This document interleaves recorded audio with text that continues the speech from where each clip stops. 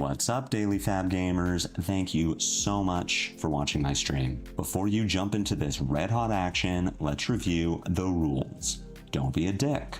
This should go without saying, but better safe than sorry. Chat with me. You know that I can talk at my computer for hours, but it's more fun when my computer talks back. And let's have a good time. I don't mind getting sweaty, but we can have fun while we do it. Use the chat command deck for a link to the list I'm playing here. It's also in the video description. Some of these decks are sick, and you might want to play them in real life. In that case, let me refer you to Hemel from the Bazaar. It's never been more affordable to play in the flesh and blood. Players have been buying the cards they need from Hemel for years. I started buying from him in 2023 and have never found a better deal. The Bazaar's prices are the lowest for singles, full sets, and class sets, including new releases. Super Slam singles and more are available now and ship both domestically and internationally. Use the command Hemel for contact info, then reach out to see what he can do for you. Now settle in and get cozy because the stream begins now.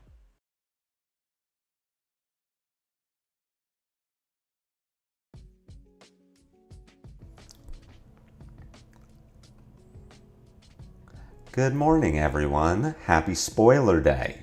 We finally get to see every common and rare in Compendium. It's been, Jesus, 2 months or something since Philadelphia, where we got our first looks at all of the initial, 20. God, it's been a long time. I'm glad we're getting them at all. I mean, I'm not going to London, so it doesn't really affect me, but it is an extra week of brewing for Calling San Diego. It's also just new cards and a lot of them, which is something we haven't had. So for those of you who don't know, James White has come out. It might not have been James, it might have been Brian. In any case, someone from LSS has come out and confirmed that we are getting this massive spoiler dump today. We were told January 31st, we're getting all, 250 remaining common and rare cards from Compendium of Wraith. This was prompted by a tweet from, why am I blanking? Pablo. God, he's our 2-time Pro Tour champion. And I'm totally blanking on his name. Jesus. You can tell how entrenched I am in the game of flesh and blood. In any case, Pablo came out and said, hey, for those of us who are going to London, it sure would be helpful if we knew what cards we should bring. Hatchets, Kassai, that's interesting. Huh.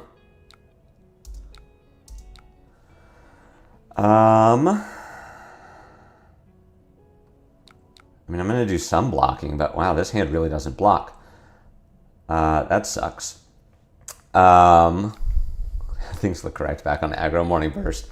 So it was confirmed that we are going to, I think I'm just setting up weirdly.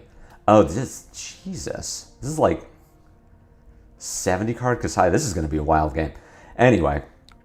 So it was confirmed that we are getting Pablo. God, I wish I wasn't blanking on his name.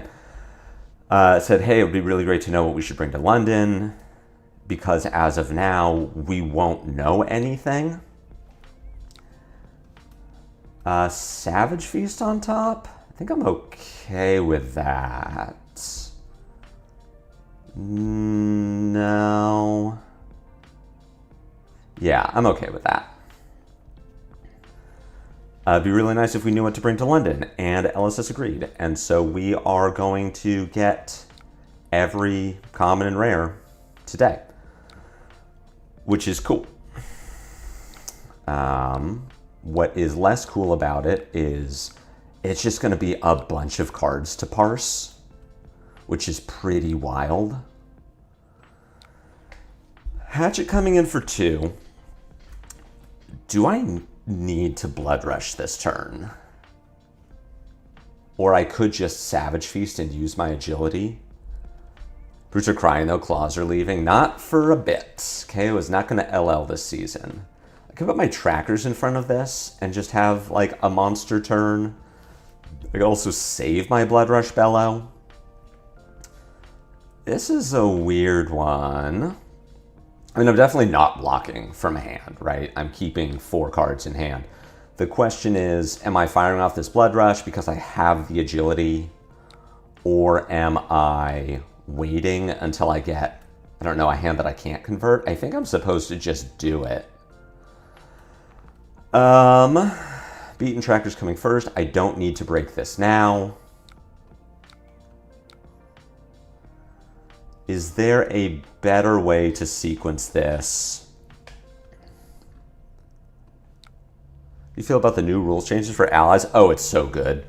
It's such a great change.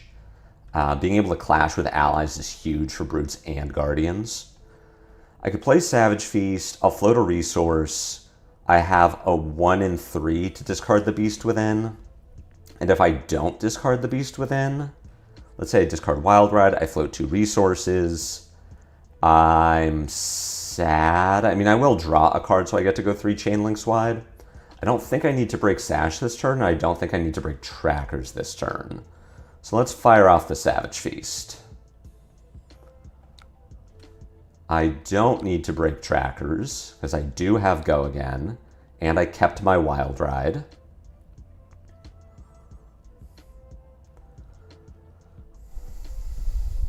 Morning, Vitor. Riptide got a buff. Yeah, there are just a lot of heroes that got buffs. Like, there is no... With every ban that Gravy has gotten, you could make an argument that it was not bad for him. You could make an argument... Come on, 50%. We didn't get there. That's okay. I'm still going 3 Chain Links wide on this Blood Rush turn, which is what I was looking for. But it is said that we missed the Beast Within discard twice. So with everything that has happened to Gravy Bones, you could make an argument that it has been not bad for him. Not necessarily a buff. Like, losing Tipples was not a buff to Gravy. What losing Tipples did was it forced him to play more blocking cards, which has helped him ultimately in the way that the meta has progressed. Losing Chart wasn't necessarily, I would not call that a buff to Gravy Bones, but it didn't necessarily hurt him in that he just had other consistency blues. So it wasn't that these changes were good for Gravy, but they didn't necessarily hurt him. This change definitely hurts Gravy. This change is definitively a nerf to Gravy Bones in that Brutes and Guardians can clash with allies. Warriors can provoke when attacking allies. There are a bunch of interactions that didn't work that now do. I'm not blocking this. I think this is probably my Tracker's turn, depending on what the Bear Fangs discards. I could also block with a Smashing Ground and just send Show of Strength, which now looks a little better. And I just set up another 5-carder. Yeah, I'm going to do that.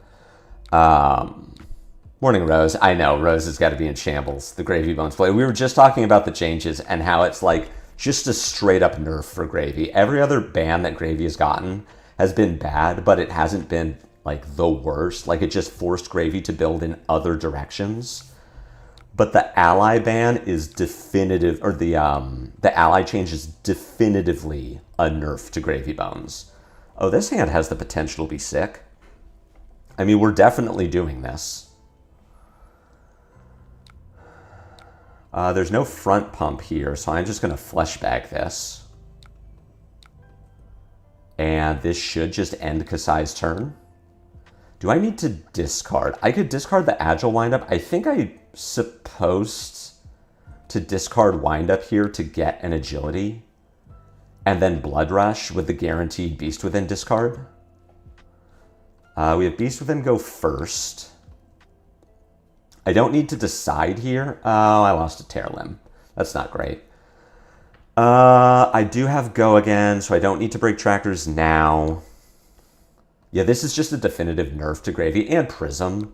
Like, I know Prism has now lost the ability to...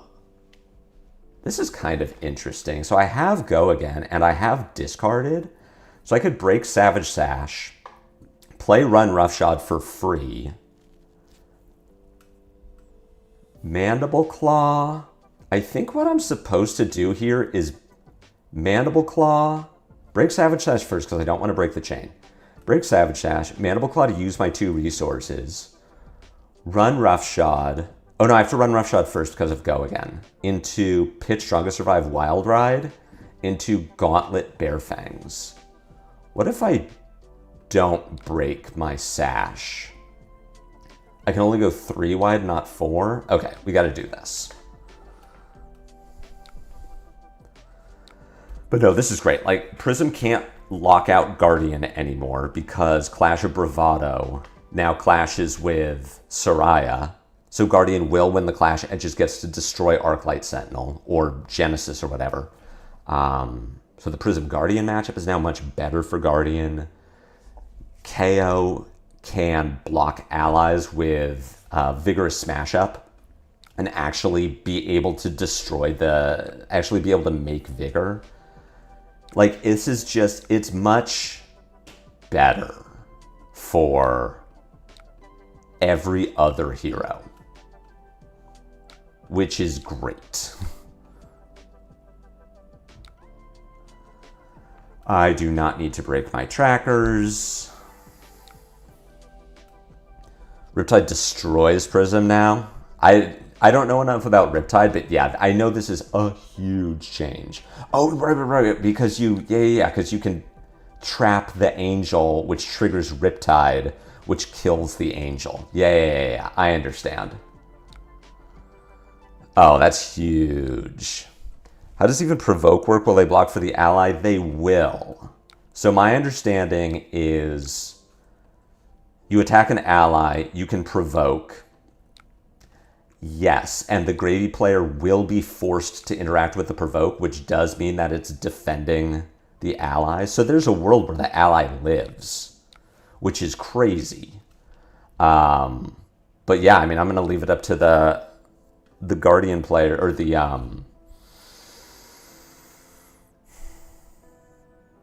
What am I trying to say? I'm going to leave that up to the Warrior players to figure out. This hand is almost good. Like, I could make 3 Vigors with this hand. The problem is I can't really do anything with them. And I actually specifically want I want the ability to block, or I want the ability to pitch so that I can get a Vigor from my high-pitched howl. This hand is, like, weird. I would like to sink Vigorous Smash Up. That card doesn't say Blood Rush Bellow on it. I won't figure out. Reckless also kills Gravy now. How do you feel about the Gravy matchup on this deck? What's the most important things from both sides, aside from Blood Rush Bellow? First of all, hello, Moss. It's been a while since I've seen you. I'm going to block this with Energetic Impact. And then pitch Vigorous Smash Up. I just don't want this Vigorous Smash Up in my arsenal. And I definitely don't want to block this with the Vigorous Smash Up, make a second Vigor, and then just have an Energetic Impact. Like, this is the problem with playing Beaten Trackers instead of Scab Skins, is if I had Scab Skins, I would have rolled it here, just to try and send a Claw as well. But as it is, you know, I'm still getting 2 cards out of Kassai, I'm banking a Vigor. Oh, Jesus, these are not the hands I'm looking for. I don't super mind putting a Blue Strongest Survive in my arsenal, though. So I can block this. That doesn't say Blood Rush on it. Hi, Moss. Good to see you again. It's been a while. The most important thing for the KO Gravy Bones matchup, besides Blood Rush, no, I will leave Show of Strength on top, besides Blood Rush, is tempo. So KO needs action points. KO needs to be able to convert every hand. And if he can't convert every hand, he dies. I mean, oh, this feels pretty good. He dies. So Kayo needs to end the game fairly quickly. How am I supposed to play this hand? I guess I'm supposed to wild ride here. I mean, I'm not blocking this. That's fine. You have successfully made a goal. So Kayo needs to end the game quickly, because the longer the game goes, the more allies Gravy can put in the graveyard, the more allies Gravy can make. And Kayo has a difficult time dealing with that. So Kayo is really trying to find action points, which means you're playing 9 copies of Buckwild, you're playing your Wild Rides. The list that I'm playing, my sideboard plan is to use Beaten Trackers is to use Scabskins into Gravy, because you need to high roll. So there are going to be hands where you're rolling Scabs just because you're so unfavored in the matchup. You need to be able to do something. For Gravy's part, it's just a typical game for Gravy. Like, Gravy's whole deal is just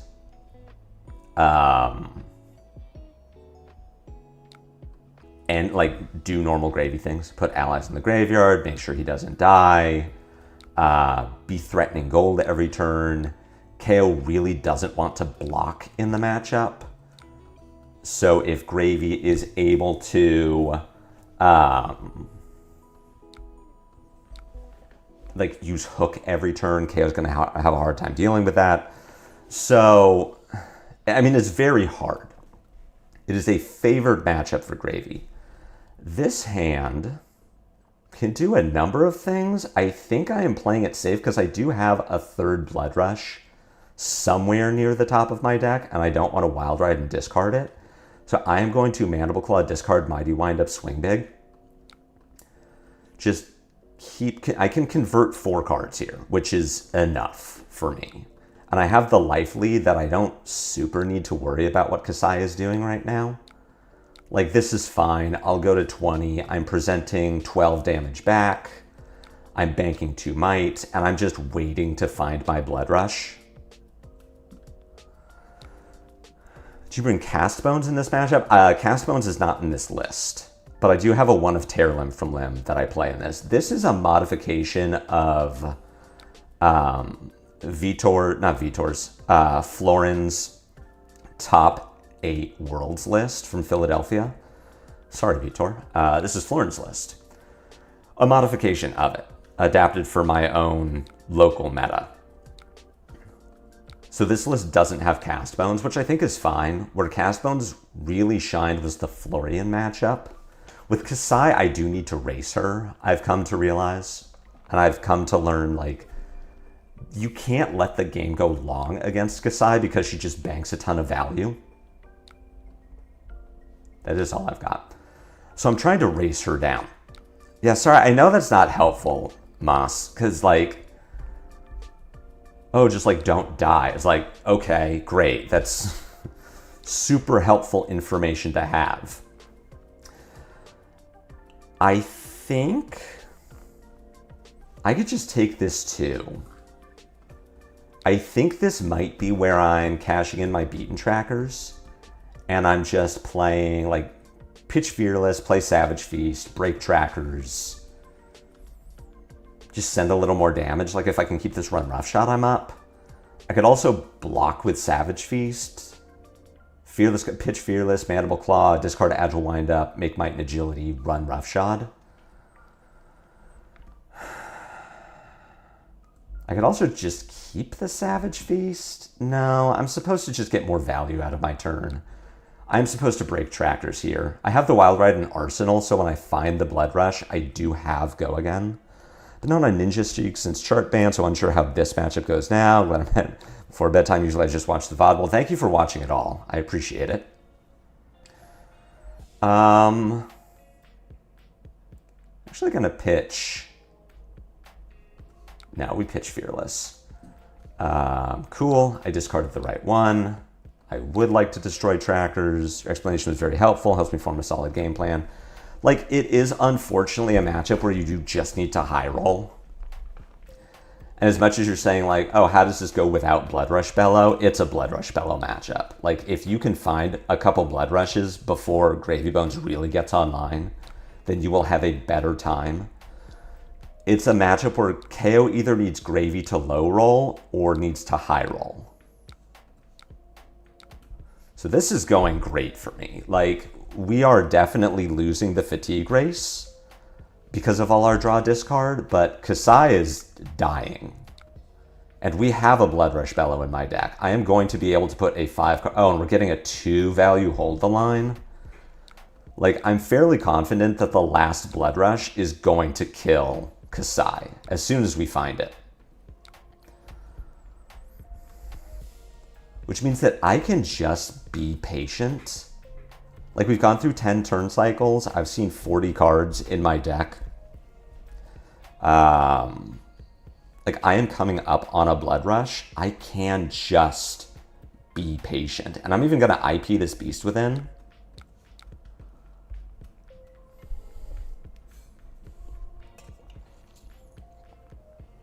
3 turns in a row of Valda putting me in my place. That's rough. I am dying. Yeah, that'll happen. When Kassai just finds it, yeah, that's pretty good for her. All right, we've got a Shelter from the Storm. Ooh, that's going to be pretty huge for Kassai. That doesn't say Blood Rush Bellow on it. I assume we're getting a defense reaction here. Does this say Blood Rush Bellow on it? It does not. Syndra was my first deck. I built her before the nerf. Any tips if I'm going to play her for my RTN this weekend? I do Booker Ira, but she may be too hard to pilot. So Syndra is still in a really good spot. I've seen very solid lists. Hey, I've seen very solid lists. March of Loyalty is much better than I thought it would be. It's the 0 for 4, 3 block, gets go again if you've made a fealty this turn. I would say just check out recent lists. They're playing very similar cards to what they used to. It's just a matter of, like, what are you replacing Brand with Cinderclaw and Wrath of Retribution with? But she's still in a very solid spot. Like, she has a good matchup spread. I would not be embarrassed to bring Syndra to an RTN. All right. She might get Brand back. It would be interesting if they unbanned some of the Boomer Ira. Boomer Ira is easier than Syndra, but she's bad. Like, it's a bad deck. So if I want to maximize my Beast Within value here, I'm supposed to Mandible Claw first. Mandible Claw into Wild Ride from hand, pitching Fearless Confrontation to give myself the 50% to discard Beast Within. I have no misses left in my deck. Hold the Line floating 3 is pretty good. Damn. Unlucky. I'm still going to get my value here. I just close Chain, activate Gauntlets, play Wild Ride. Just like, come on, deck. I haven't discarded a Beast Within this game. Yeah, you'll be fine, Legend Forget. Check out some of the recent lists. She's doing well. She's in a good position this meta. Did you read Isles of the Emberdark yet? Yes, Nilmer. I read Isles, I don't know how long ago, but I don't know, within the last 6 months, I have read. I am up to date on my... Ooh. Oh, well, that's not great. We're not arsenaling this card. You're late. You're late, Beast Within discard. I have read Isles. This is a defense... Oh, you're dead. Okay. Oh, Riches of Tropal, Donnie. This is definitely late for you. Okay. I mean, this was a good game just to show, like... This is why I was dooming a bit on KO Fatigue Pleiades, just thinking like, oh, I'm going to get fatigued out. Do I need to fat stack? Like, how do I need to actually beat Fatiguities? And you just play this. Like, this is just the game that you get to play. Set up 5-card blood rushes. Make sure your blood rushes are going 3 chain links wide. Does Wild Ride into Wild Ride make better odds for a beast within discard? The first one would be 33%. The second one, a 50-50. I don't think so. It isn't necessarily that I'm trying to maximize my beast within discards. I'm trying to maximize my chain links. So the big problem I saw was that if I Wild Ride from Arsenal and discard my Wild Ride from hand, then my chain links are limited, where if I Mandible Claw, discard Wild Ride from hand, or discard Beast Within from hand, there is a good chance that I can go Wild Ride from hand, Wild Ride from Arsenal. So it wasn't so much that I was maximizing Beast Within, it was that I was maximizing chain links. And if I sequenced the way that I sequenced it, leading with Mandible Claw, there is a higher chance I get to go 4 links wide instead of 3. I knew I was always going to be able to go 3 links wide, but I really wanted to go 4. Because that was my last Blood Rush. I had plenty of Go Again left in my deck. I had Blue Buck Wilds. I had, I think, a Wild Ride left. I had enough Agile Windups, Mighty Windups, and Fearless Confrontations that I was never afraid that I wasn't going to be able to convert a 4-card hand. My concern was my deck size is low, that if Kassai can just live, then she will win the game, because I don't have Reckless Stampedes left. So my thought was, if I can get 4 links wide this chain link, I will just end the game. As it was, if Kassai doesn't have the Tropal Donnie there, and she has a 3-block, then she covers 6 on the Wild Ride, and I believe goes to 2. And if she's at 2, I feel pretty okay that I'm going to be able to find the damage somewhere. But I really did need to... I was trying to end the game that turn, which is why I sequenced the way I did. Just finished Isle, did not expect so much Cosmere dump. It's really interesting that Sando's secret projects have been a lot of like just massive lore dumps. Okay, into Betsy. I'm assuming that this is Fatigue, which means I'm going to click my Pleiades button. I'm playing 63 cards, which means I am not playing Strongest Survive because she's likely to be able to like have an attack. I'm not playing Savage Feast because I am playing Leathers. I'm not playing No Fear because it sucks here, and I'm not playing the 3rd High Pitched Towel because I think it's just too much. Like, you get more space into Fatiguities than any other matchup, same with the Cilio. Yeah, I think when you approach the matchup correctly, you don't need to... you brought in 60. You don't need to fat stack. Like, you can just play a normal game of Flesh and Blood and just count on... The reason that you can play a normal game is that as Kayo, your attacks are big. You play big attacks that are going to take multiple cards to block. So even though I'm churning through my deck by discarding cards, I am also... oh, that would have been a good one to keep. I am also forcing multiple cards out of the Fatigue deck. We are going to pitch this Reckless Stampede. I would like to find it later. And specifically, I like to find it with Tearlim from Lim. This Wild Ride is the point of all Fab games don't die. Wild Ride from Arsenal doesn't guarantee you a second since it can't be discarded. That's what I'm saying. Put the Tearlim on top. Oh, is this not? This is not a Fatigue Betsy. It looks like a Fatigue Betsy because she's playing a bunch of armor, a shield, and a grindstone. But this might just be like aggro Betsy?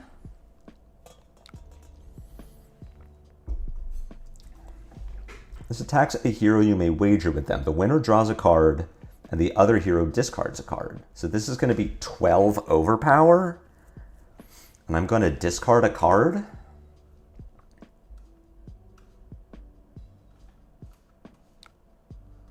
Block with a smash up, discard.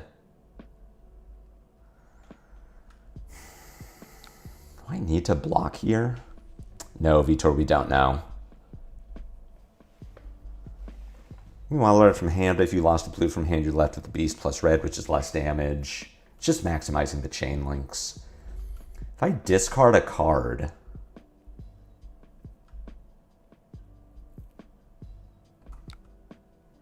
I think I'm just blocking with Vigorous.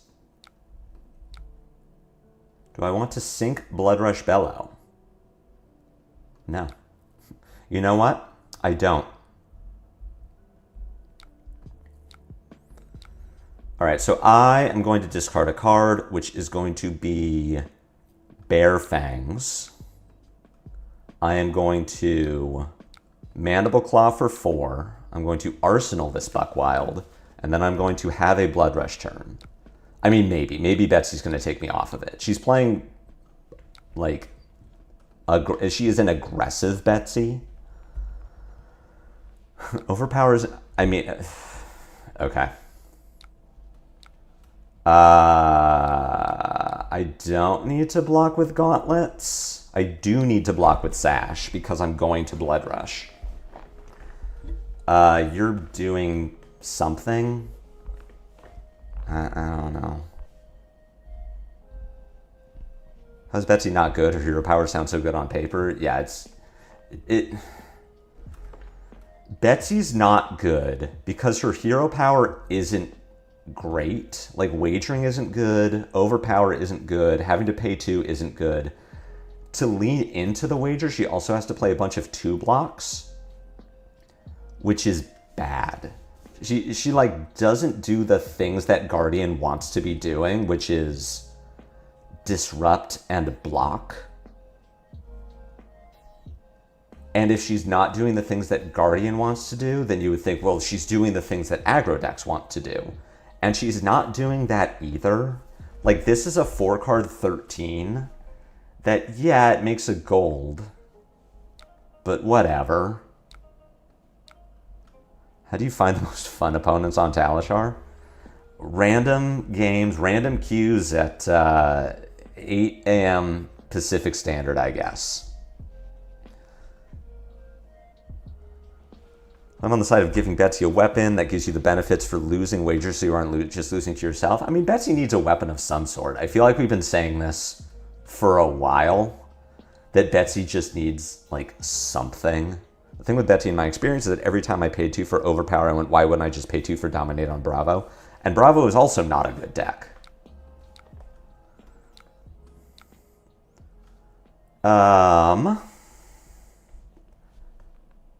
This hand, I could gamble with this hand if I really wanted to.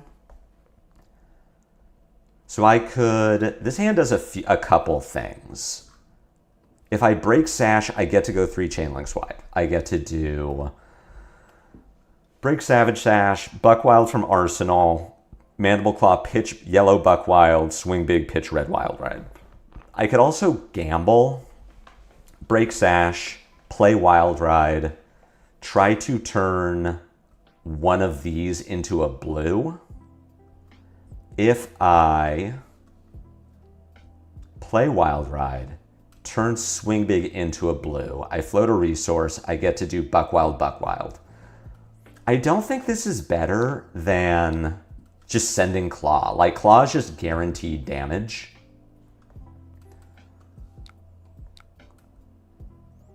Whereas if I play the Wild Ride, there's too much chance, and like, if I play the Wild Ride and turn my Buckwild into a red, then I don't get to go 3 chain links wide. I only get to go 2 chain links wide, which isn't what I want to do. So this hand is fine. I will send 5, 14, 24 damage this turn. I'm threatening lethal on Betsy. I banked my might. I still have all my armor. Like, I forgot I have Crown of Providence because it's Fatiguities. Betsy's closer than Olympia. Felt like the armor he got was in the wrong direction. He does one thing really well, but the thing he does is bad.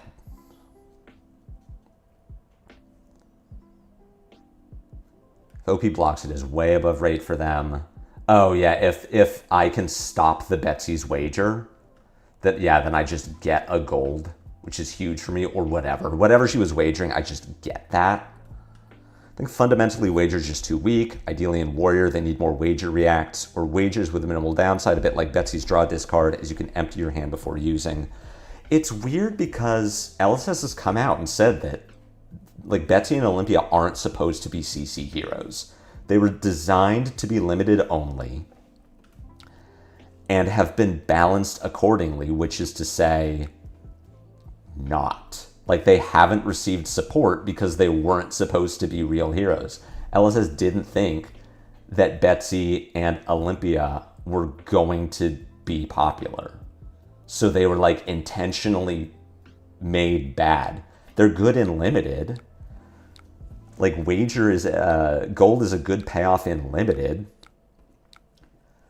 Wagering is good in limited when you can build for all the 3-for-7s and it's heavy hitters draft, so most things block for 2. But in Classic Constructed, it's bad. So I feel like this is very apparent. What does this do? Destroy a gold you control. Your next attack this turn gets, when this attacks a hero, wager a might and a vigor token with them. So I just get a might and a vigor?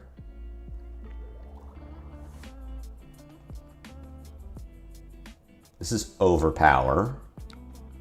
And you... So I can just go block, block, block. I'd like my opponent to undo this turn. I assume they need to pay for Betsy, but as I'm like, wait, do I just get free things? What did they pitch before they undid? I don't know. It's got to be a pummel incoming, right? I could just block like this. Oh, this isn't overpowered. I can just block, block. Make a bunch of vigors. And then even if I get pummeled, I'm fine. I just one card Bear Fangs. Sure. I like to sink, strongest survive. Yes.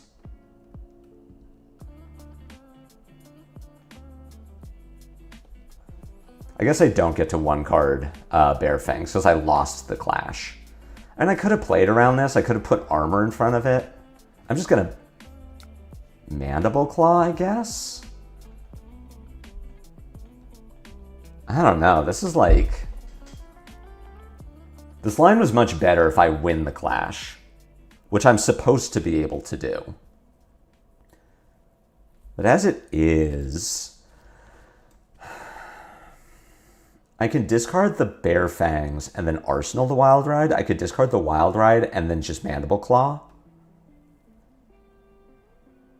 I don't know what I'm supposed to do. I think I'm supposed to just set up. Like, I'm just going to put the Wild Ride in Arsenal.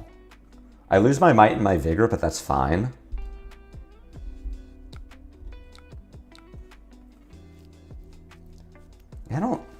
I think I'm fine. Like, yeah, I didn't do anything that turn. But I still have a bunch of armor. This hand blocks well. I've got a Wild Ride. Betsy's playing Pint of Strong and Stout into, like, do nothing. I just get to do this. I could put Vigorous in front, which seems okay. I get to pitch Fearless Confrontation, play Wild Ride, have a 50%. Yeah, this seems fine, and I'll just fix the top of my deck. I do want to sink Strongest Survive. Teklo's on the brink of being a menace. I've heard this. I've heard people say this. I like Olympia because it is a good hero with bad cards. Is Olympia a good hero? Like, gold is the payoff is a meme that we all make about Olympia because he has no real hero power. He's better wagers, his specs are awesome. Yeah, I've been hearing that for years. Olympia is in the Dory tier of, like, we're right there. We're so close. That was not the draw discard I wanted. But I still get to go 3 chain links wide, so we're chilling. This turn is fine. I mean, it's a 4-card 16. I am threatening lethal. I still have armor. I have a Crown of Providence to get myself out of something. Making gold is drawing a lot of cards. Sure, but like, what does that do?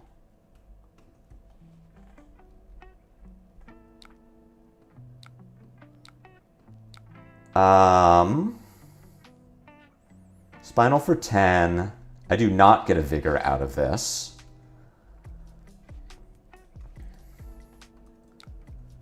Blocking with Crown. Does that get me anything?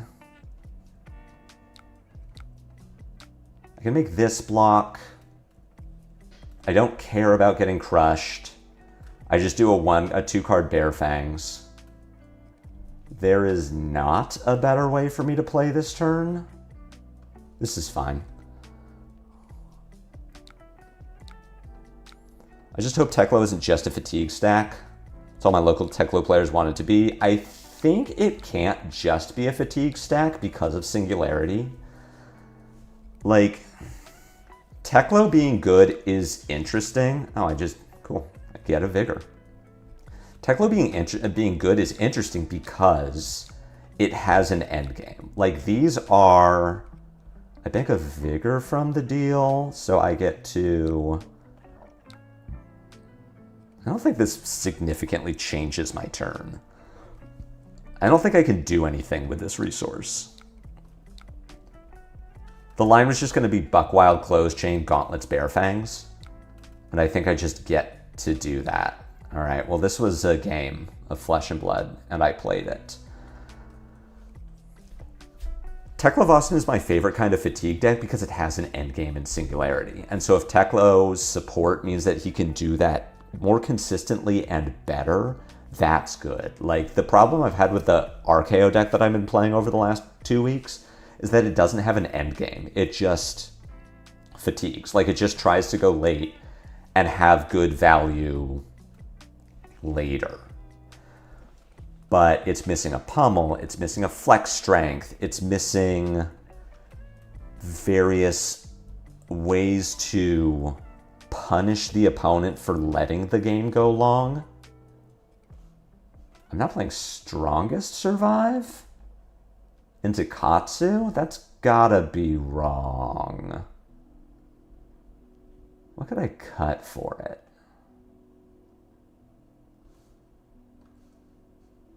I need to take a look at this sideboard plan, because not playing Strongest Survive into Ninja has to be incorrect. Oh, did I press the right button? I did. Yeah, Reckless Stampede into Katsu seems bad. Edge Katsu. All right, this is Nia Trans list. It's either going to be Singularity Tutor or Recursion. Set up a huge Spillblood turret with 22 Dominate, attack with Olympia. The problem with Teklo is just folds to Overpower because all his Evos are action cards, so they can't block Overpower attacks. Make it make sense. Well, like, which good heroes are playing Overpower right now? Victor? Marlin? I think that's it. I'm not going to block this Edge Bottom. As much as possible, I would like to not block this turn. This Tearlin from Limb doesn't block, and I want this Blood Rush, which means I am likely taking damage.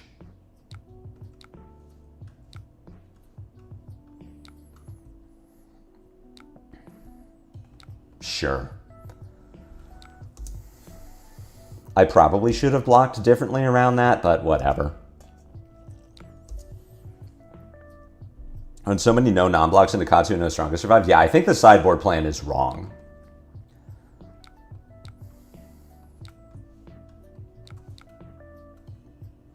I'll give armor here. Prevent the damage. Make sure that my Sash and my trackers have gotten value before I play this Blood Rush. Yeah, we Blood Rush here.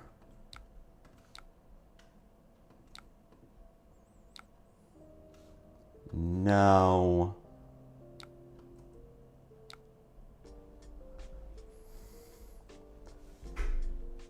This hand is not good. I cannot go 3 chain links wide with this. Which means I'm just on Buckwild, Gauntlets, run Roughshod. I could break Sash, which would let me Buckwild, Mandible Claw, Gauntlet, run Roughshod. That gets me 6 points out of this.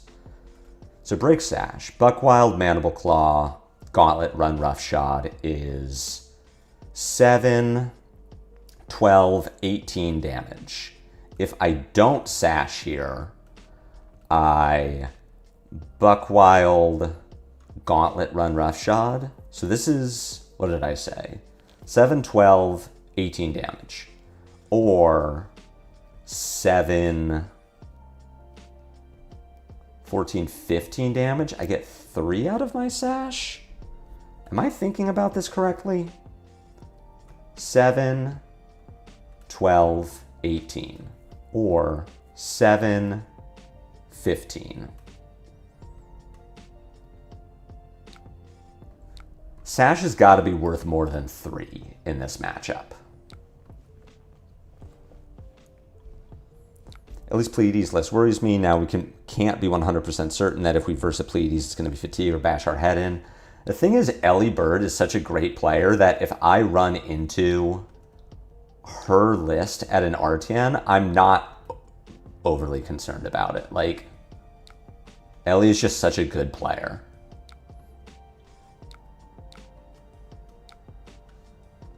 I think I counted wrong. Oh, Jesus. I think I counted wrong. The Sash was going to be worth 5 there, which means maybe I was supposed to do it, but I think I'm still fine. And in Gust Wave, I can start just blocking. That doesn't say, you have in Seek Vengeance. This doesn't say Blood Rush on it, so. Am I running Yellow Buckwild? I am, but not in this matchup. Yeah, Dave, that was not a good Blood Rush. It was what I would call a bad Blood Rush. Wow, Scar Rouse. Wow, our opponents, you know. Katsu's so interesting. What a fun and interactive deck.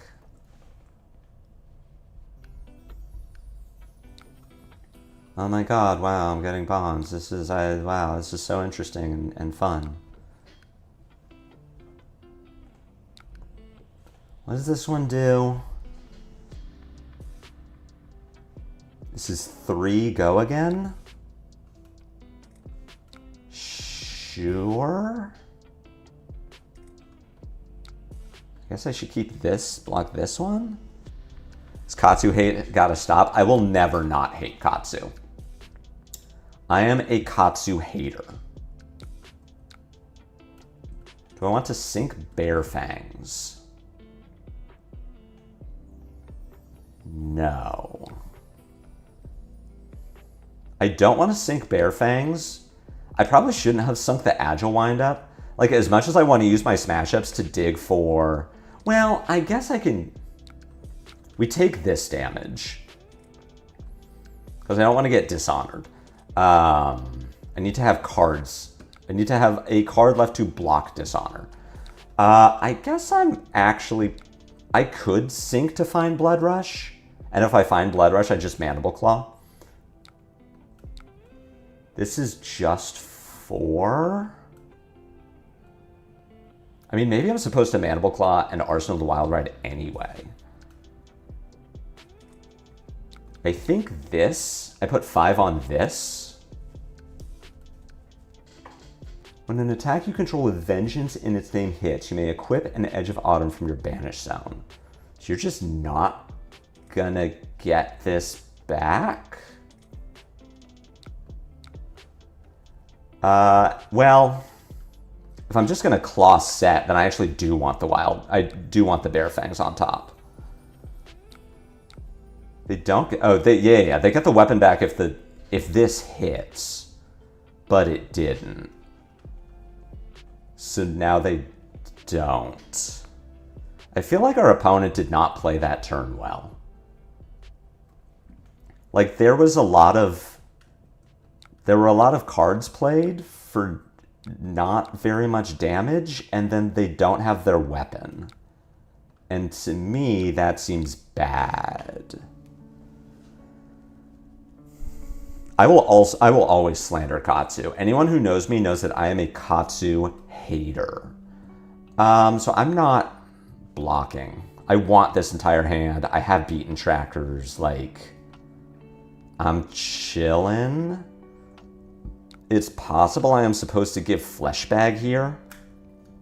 This is the 5-card Katsu hand that they like. This is his time. When an attack you control with Vengeance in its name hits, you may equip an Edge of Autumn from your Banish Zone, which means that you are going to get it this turn. Like, E-Strike. I hate Katsu with a passion, specifically because of Bonds of Ancestry. And I hate Katsu because Outsiders releases, LSS is like, it's the ninja set, it's so good. And then I could just give a card and like stop you from getting your weapon back. I'm not gonna do that because this hand is sick and I want to kill Katsu with it. But like, I'm confused. They could break links, break boots, like something could happen here. But LSS is like, it's the ninja set. Ninjas are getting support. And then they release Bonds of Ancestry. First of all, Fi gets like no support. Then they do Bonds of Ancestry. I break my trackers, I get 2 action points. I get to Buckwild, Float a Resource, Mandible Claw, Bear Fangs. I don't need to break my trackers for this. I have an action point, I have an action point, I have an action point, I don't need an action point. Okay.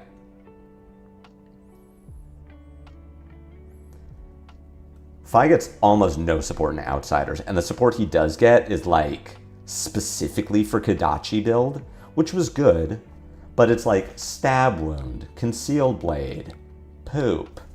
And then Katsu gets the best ninja card that has ever been printed in Bonds of Ancestry, that of the ninjas who were legal at the time and up to the release of Syndra, Fi was the only ninja who couldn't use it. The only ninja who would not benefit from Bonds of Ancestry. So I will always hate Katsu for getting what Fi did not.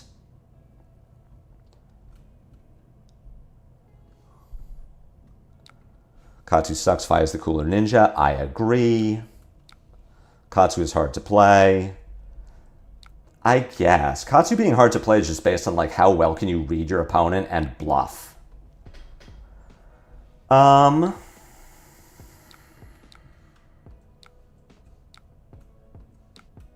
this is happening.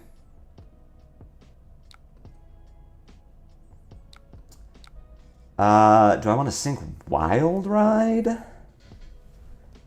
No. My intention for this turn... Oh, right, the Scar Wraps. Forgot about that. I should have put Gauntlets in front of this, too. I'm just going to Strongest Survive and then Arsenal the Show of Strength. Fi is the better ninja, or the cooler ninja, I agree. Fi is hotter than Katsu. It's a matter of opinion, but I can get down with that.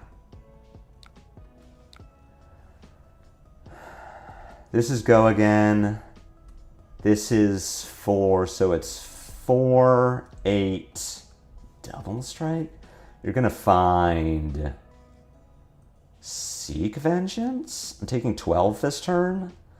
I will at some point block with the Show of Strength.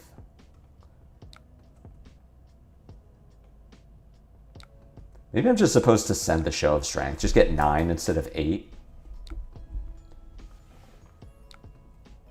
Like, yeah, Strongest Survive has an on hit, but at this point the on hit is kind of be dead.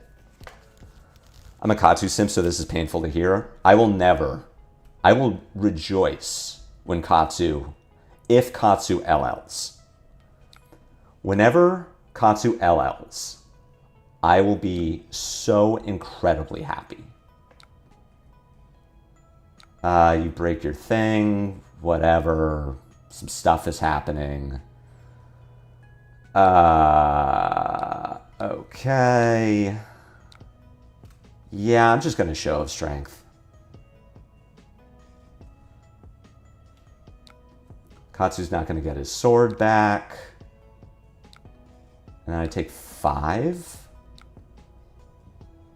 All Welcome to Wraith Heroes become LL as soon as they become too strong, I hope. I want them to LL at some point. Like, at some point, I would like to know, what does the ninja class look like without Kodachis? What does Brute look like? Well, Brute without Romping Club, well, we already have that. It's the Brute class. Guardian without Anathos used to be a significant question, and then now it's just... I mean, they already don't really play Anathos. Wish I didn't have this Wild Ride on top of my deck.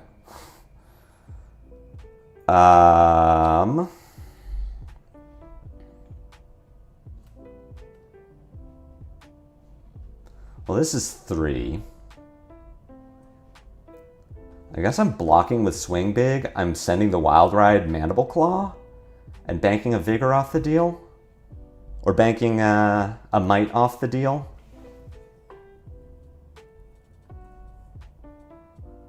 And I guess I could have let the Be Like Water hit.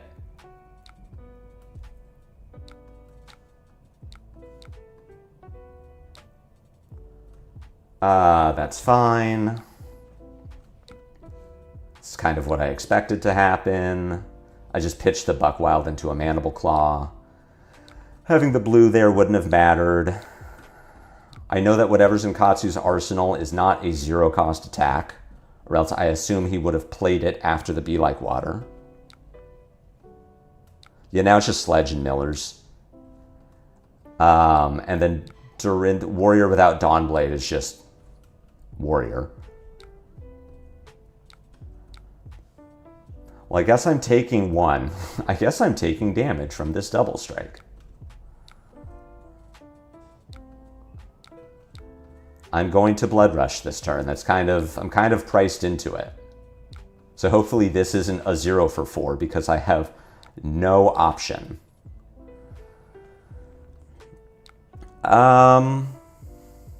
Okay, yeah, that's fine. I was Descending Gust Wave. What was I going to draw? I was going to draw double blue. Sick. So I get to Buckwild.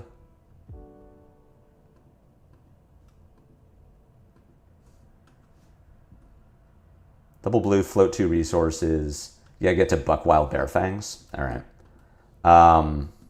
This is very weird. I missed the Welcome to Wraith originals, but they are dangerous. Dessing, Designing. They like pop up from time to time. Katsu's like kind of close to being good, I guess. I will go first. Well, I don't want to. I want to go second. Ooh, I get to set this No Fear in Arsenal. That's pretty cool. And I get to bank a resource from this High-Pitched Howl. And I have this Strongest Survive. Inertia Trap. That's fun. Well, I know what Arakni is not finding off of becoming Trapdoor. But I guess Under the Trapdoor is online, so that's kind of bad for me. This is an interesting turn. So I actually get to, because I banked a Vigor, I get to block 6 here. Make 2 Vigors off of winning the Clash and Energetic Impact. Play Strongest Survive for free, and then discard Agile Wind Up to Might and Agility. So that's a pretty good turn. I like that. Do I want to sink Strongest Survive? No, I would like a Strongest Survive. My opponent has Kiss of Death on the top of their deck. It's extremely rude.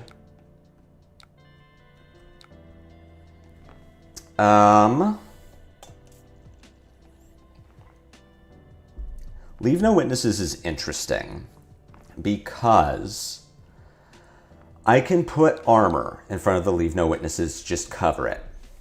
That very likely prompts Arakni to flick a clave at me, which I will no fear, to keep me from being marked. But it means I had to use 4 armor to do it. Alternatively, I don't block the Leave No Witnesses. The Arakni doesn't flick.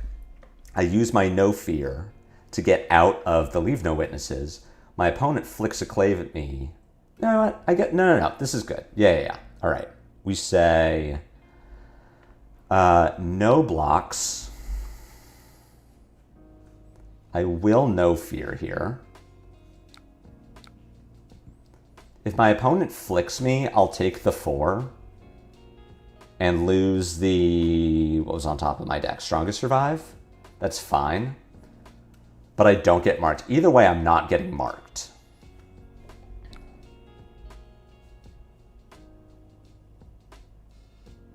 But maybe I was supposed to play for the Strongest Survive because it is so good in this matchup. Not sure.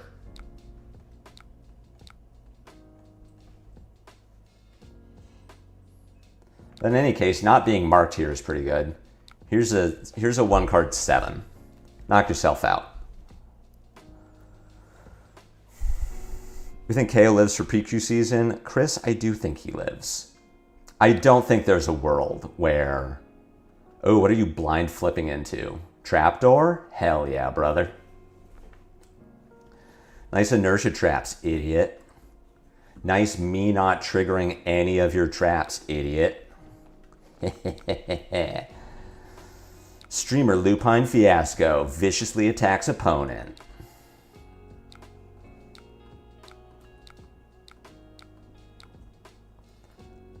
Hey, we found a Strongest Survive. This game is going very well. Well, I haven't seen a Tarantula Toxin from my opponent, and this says Dagger on it, so I guess I'm not blocking this turn. I mean, this hand is also sick. I get to just Strongest Survive into Bear Fangs, so yeah, I'm pretty okay with just taking some damage. Black Tech Whisperers? Are you going to Codex of Frailty me? Like a jerk? Meat Madness. Oh no. I still have to respect Tarantula Toxin. I guess I could block 3 like this. If I wanted to play around T-Tox, the T-Tox gets my gauntlets instead of my sash.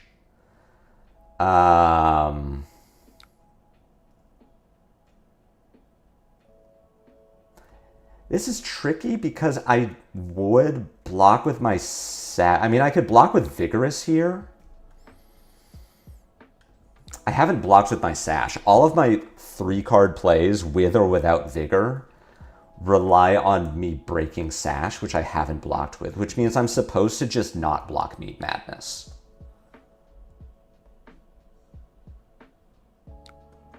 Take up the... Oh, Kiss of Death, right. Ah, they hit it. Okay. Well, if they hit it, then I banish Bear Fangs. Ah, the 1 and 3 got me. So what's really cool about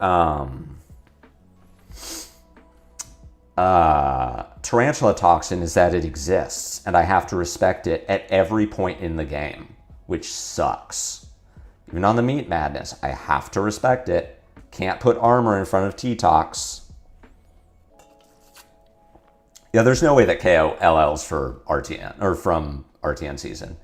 He needs too many wins, and he hasn't been getting them. I think if he had gotten like 18 wins last week, then I could have seen him LLing this week, but as it is, he needs, I don't know, like 70 points or something. There's no way. What I will say for this game, as much as I think we've been doing well, and like drawing fairly well, and our Arakni opponent has been kind of hitting some low notes, like we are dying.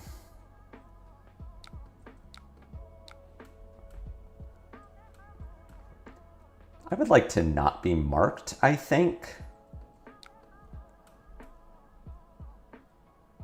If they want to T-Tox the dagger, then I'm okay. Hey, we did correctly play around Tarantula Toxin. What a stupid fucking card.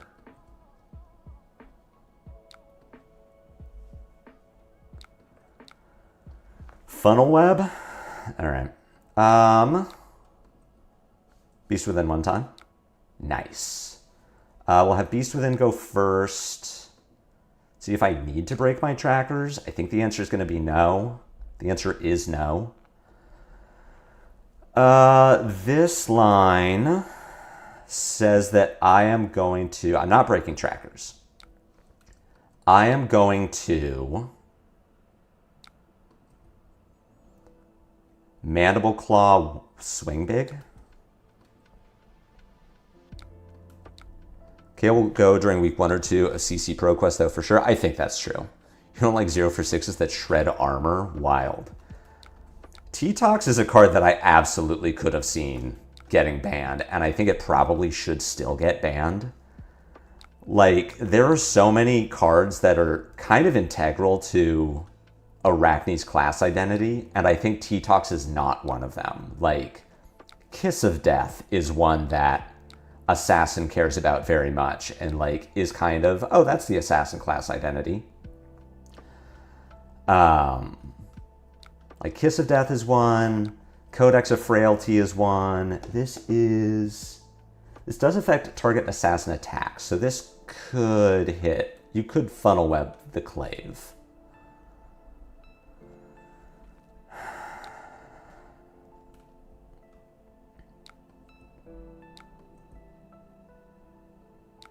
To the point you're just going to Arsenal whatever this is, or it's Codex of Frailty.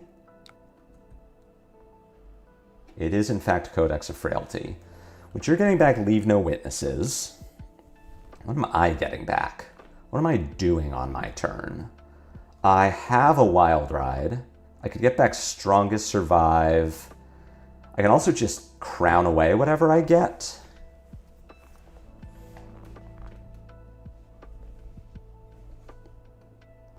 I might get back Strongest Survive. Discard Show of Strength. Block with Show of Strength Beaten Trackers. Vigor Smash up to send 7. Arsenal the Wild Ride. I could get back Swing Big. Use Armor to cover and just have, hopefully, the 4-card Wild Ride Mandible Claw Swing Big. I think the Disruption is more valuable.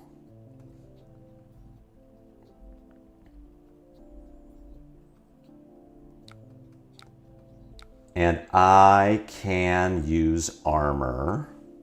I could clear my mark if I wanted to just crown this away, but I think that's bad. Why can we temper armor against Marionette on any attack feels bad? Wrong, because you can always just get shredded too if they run odd copies of it. T-Tox is just next level degen. I'm okay with T-Tox while Bonds is gone. The issue is it's kind of fair against aggro, fair against fatigue, unfair against mid-range. I don't know. So I can block like this.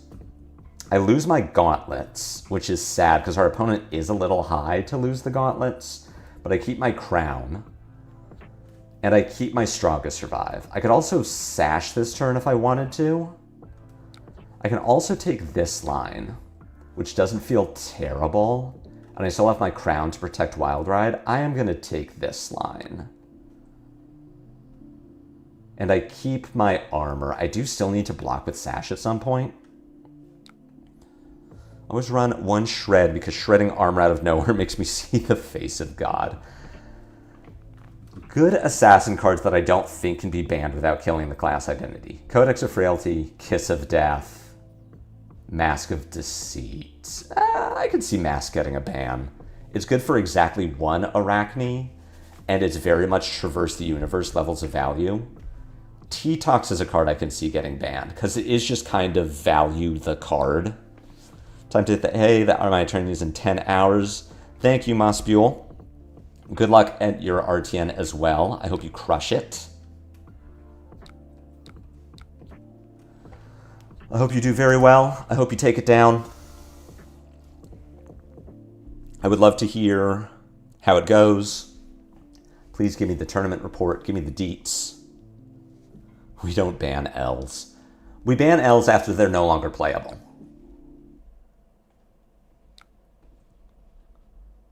My Arakni is going to play a 4-card hand.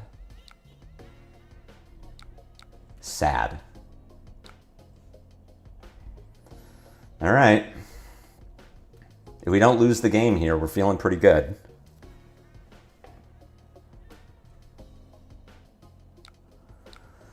Clave for 5, go again, on hit draw. I can't really keep them off of this, and I don't want to block here. So I guess I'm okay with this happening.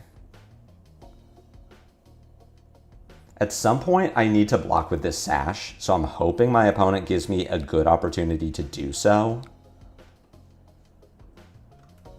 It might have been on... No, it wasn't on that dagger because of piercing.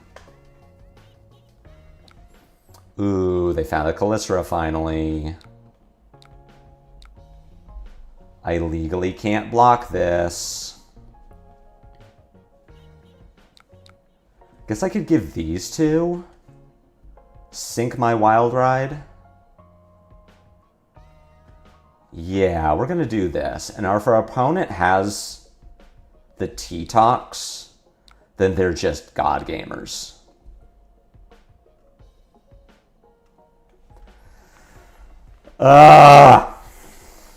Assassin is so fun and interesting. What an interesting class.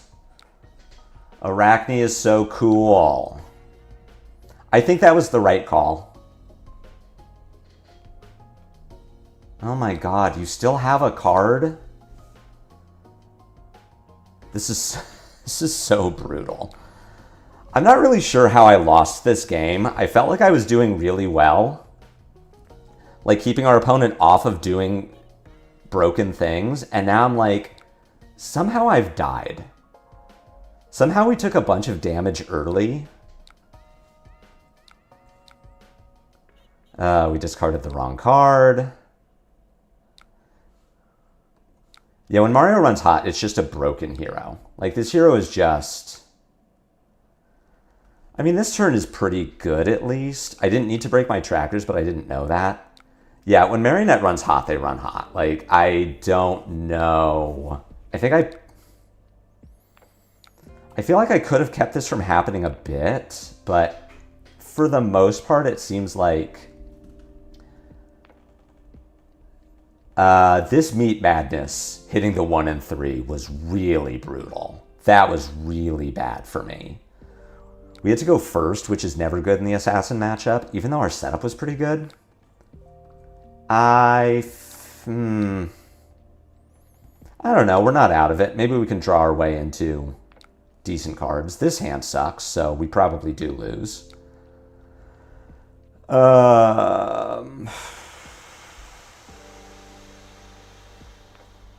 I block here, and I mean, we're dead. We're for sure dead.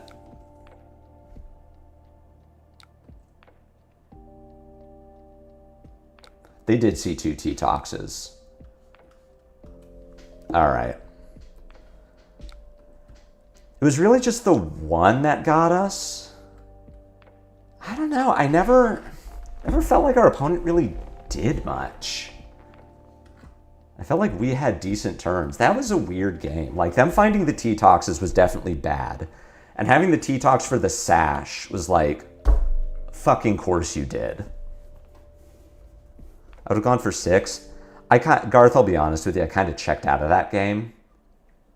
Like, we do die either way, even if we block on 6. My thought was, my 2-card hand doesn't do anything. Oh, good. This is a matchup I want to play more of.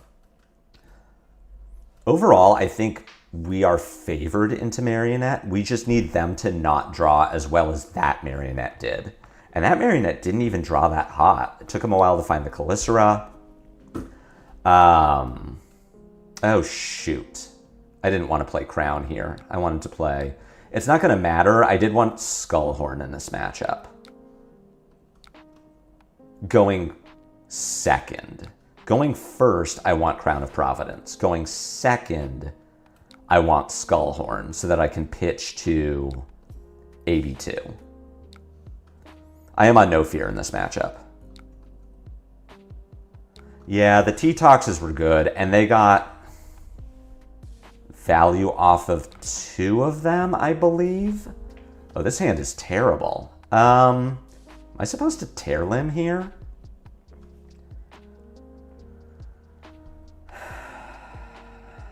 I think so. Maybe I discard Beast Within? Hey, all right. Let's have Beast Within go first.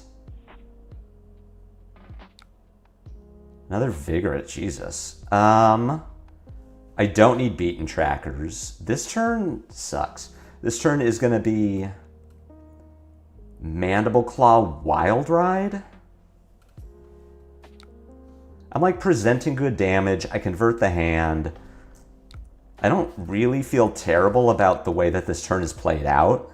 It's just like, oh, I kind of didn't draw good cards. The big matchup breaker becomes if you can snipe equipment or if you can get an early Calicera and get your foot on the gas.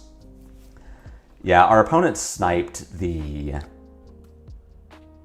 I guess I can Wild Ride here because I always have Crown to get me out.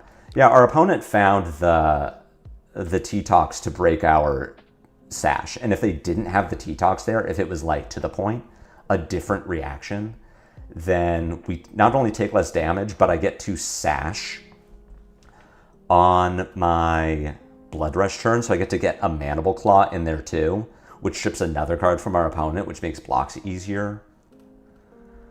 I don't need an action point. I'm just going to discard this wind up and make an agility. It's kind of sad, but I think I'd rather... That's tricky, actually. Would I rather price myself into using my Crown or just have agility? Like, our opponent can't decompose, so I don't need to worry about getting Plow Undered. I think I do discard this, because our opponent might just be on, like, Burn Bear, Waning Moon, Arsenal. Our opponent definitely has lines where they do not need to... They don't open themselves up to me crowning them. So yeah, this is fine.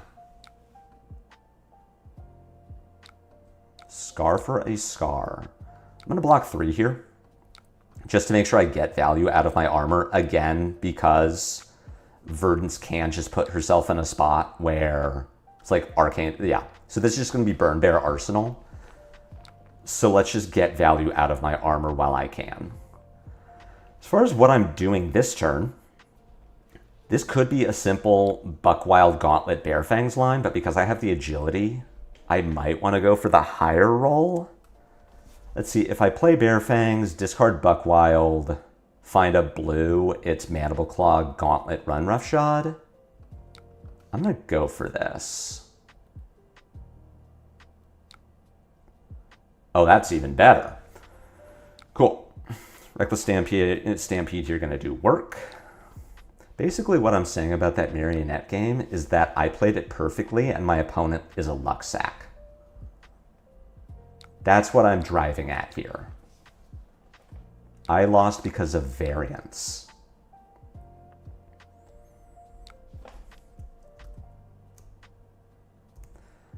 I'd have to look at that game again and see if I could have blocked better around Tarantula Toxin. And I think... I mean, the Meat Madness was something I couldn't avoid, and I did play around them having T-Tox. I would have lost my gauntlets if I had made the block I wanted to make, and I would have gotten Meat Madness. So I don't feel bad about that one. I think it's more like... I think where I might have lost that game is I could have blocked the Leave No Witnesses with armor used my No Fear in Arsenal to stop the flick to keep myself from getting marked, or I just sit on it, which is probably what I do, and then Strongest Survive. I think where I might have lost that game is that I didn't have a Strongest Survive anymore. I let it get banished by the Leave No Witnesses. If I could have chained Strongest Survive turns together, maybe I would have... Maybe that would have been the better line.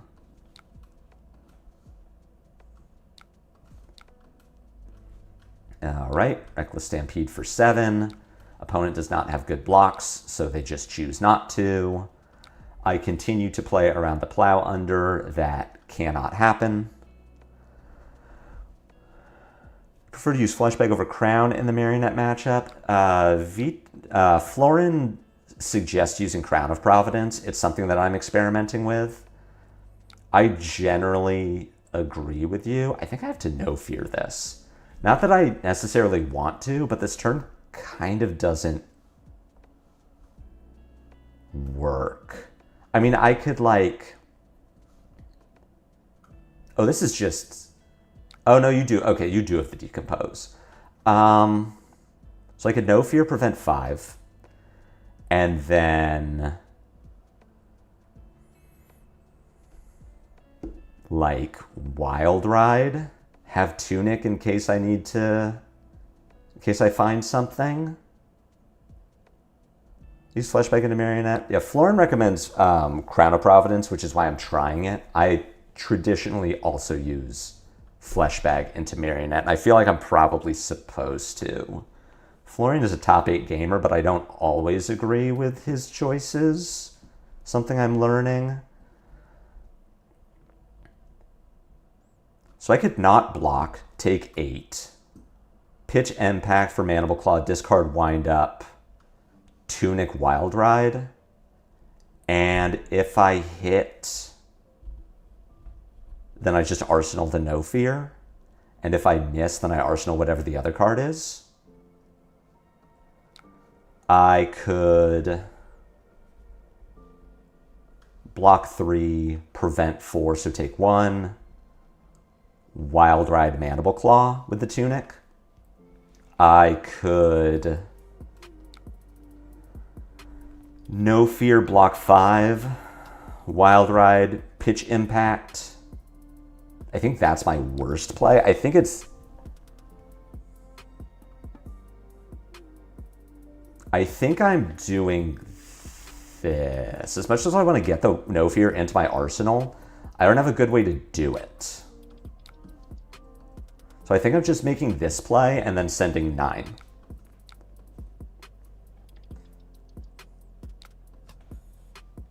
I take 1 here. Verdance is sadly 1 card away from decomposing again.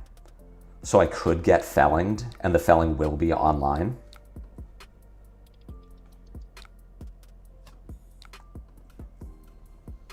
I do not need to break you.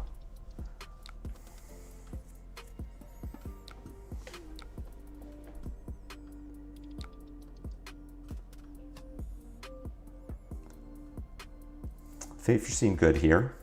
Thankfully cannot be decomposed. I feel like I'm probably getting a 3-block Earth card in front of my Mandible Claw, and that's how Verdance is going to decompose. But it would, in my opinion, be wrong of me to not send the Claw here. I'm just losing value for, like, maybe Verdance has it. And it looks like she doesn't. Do you want to know why Tunic? I never found the reason to over Sash. It's for value. It's because this matchup, I'm looking less for the big Blood Rush turn, particularly because I can never safely set a Blood Rush. As opposed to what Tunic lets me do, which is just make cool blocks. Like I can do that play of like block down to 2 cards, blue, Wild Ride, Tunic, Mandible Claw, as opposed to a 5-card Blood Rush that I can't set up because Plow Under exists. So this hand tells me that I'm blocking. I want to block with a Vigorous Smash Up and a Smashing Ground, and then do what I just did, which is Wild Ride, Mandible Claw.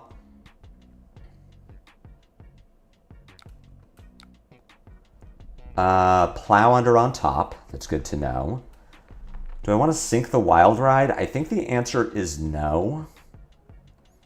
Because I'm going to play Wild Ride, I want to make sure that I have a hit. E-Strike for 7 says that I block 3, and then send back 9. Tunic is also good into Verdance if you're playing Skullhorn, because it means that every 3 turns you can pitch a blue to AB2 on like a Burn Bear, and then Tunic use your floating resource to AB2 the Waning Moon. If we were on Cop for this matchup, what is the point of Skullhorn at this point? I use Skullhorn, so I should have been playing Skullhorn here because I went second. What I want to do, I want to have Skullhorn if I go second so that I can AB2 Verdance's opener if she does like Burn Bear Waning Moon. And I want to play Cop if I go first because I'm going to Arsenal a card, and I want to have Crown for the turn 1 Command and Conquer. So I still am doing Crown of Providence, or I still am doing Skullhorn, it just isn't every time. This is an interesting hand because I have Bear Fangs. So I think I'm supposed to take 7 here. Bear Fangs Beaten Trackers. Hopefully I keep these exact 4 cards, and then Mandible Claw Reckless Stampede. Thank you, Rose. I am a God Gamer. If you, too, would like to spam the Daily Fab Gameplay emotes in chat,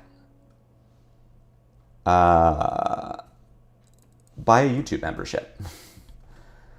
And then you can also just, have these really cool emotes for the low price of $3.99, which is basically $2.50, which is basically free.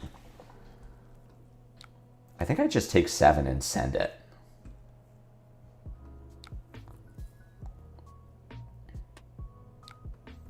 And if my Bear Fang misses, then I'm the saddest boy.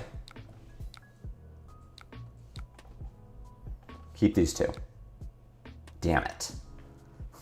That's not... I mean, the Smashing Ground here isn't terrible. Yes, I would like an action point. I am going to force Verdance to care about the Smashing Ground. Never mind, I'm not going to force her to care about the Smashing Ground. What does that mean for my turn?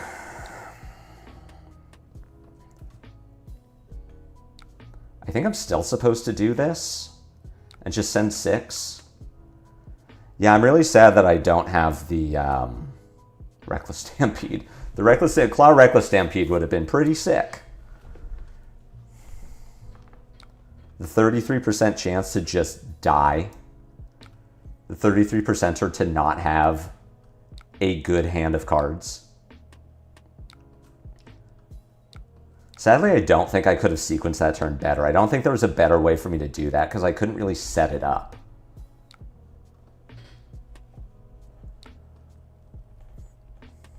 Tilling for 8. I think I am taking 8. I go to 11, which is still out of Verdance's kill range. Sadly, her Barkskin is online, but my turn can be Buckwild into Show of Strength. So I send a 4-card 15. I'm just going to take multiple cards away from Verdance. The downside, I think I could give armor though, because what I'm afraid of is I send the 15, she gives me Barkskin and 2 cards, sends a Burn Bear that I can't block, and then, well, if I'm trying to block around the Burn Bear, then I'm probably supposed to do this. I go to 17. I think it's this. I think this is the line, which is not great, but what this does is it buys me time because I have a sick play. I just have a 2-card 9. I need to stay out of Verdance's kill range, ideally for 1 more turn, so that I can find Blood Rush. Yeah, it's basically a single pack. For the price of a pack, you just get the coolest emojis. And you get to spam. You can spam K-Pog when I make a good play. And you can spam God Gamer when I make a good play. Specifically when I like Bear Fangs into Beast Within off the top of my deck. And you can spam Skill Issue when I discard my Reckless Stampede.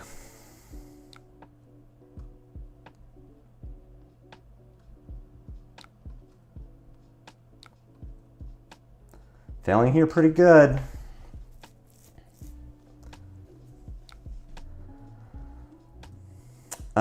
If you're felling me here, you do have the Earth cards engraved, so I do need to play around Plow Under. I think I'm bottoming Buckwild. I'm blocking with Swing Big.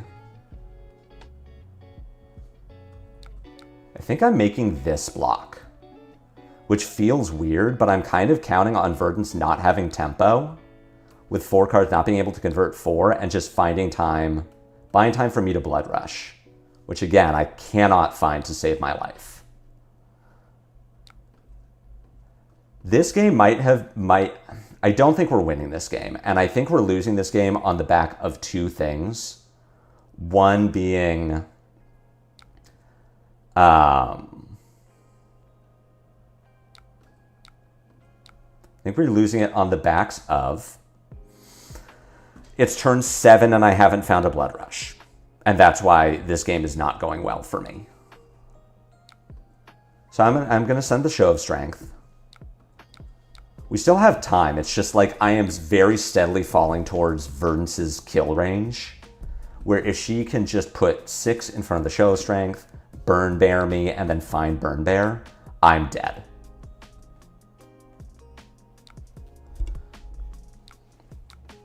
We needed a few things to go better for us. We needed to not discard the Reckless Stampede. We needed to find a Blood Rush before turn 8. Yeah, so now we're in Verdance's kill range. I assume I'm just dead here. All right. I mean, we'll play it out. This is going to be Buckwild Bear Fangs. But there are so many cards in Verdance's deck that just kill us from this point. And she could just block out and then do it again next turn. Yeah, we're very dead. But we'll play it as if we're not.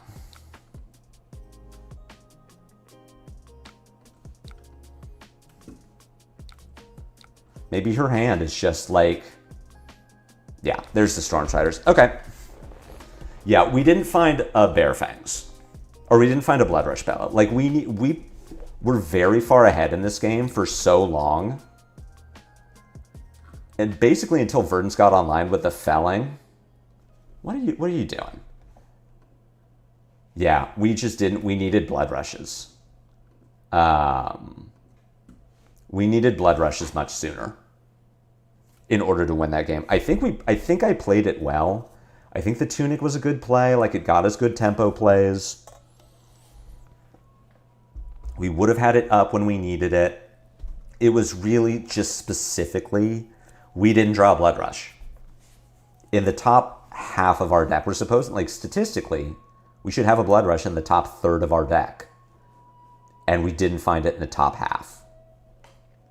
Praying for Strider's ban after Verdance leaves. I think we should get a Strider's ban now.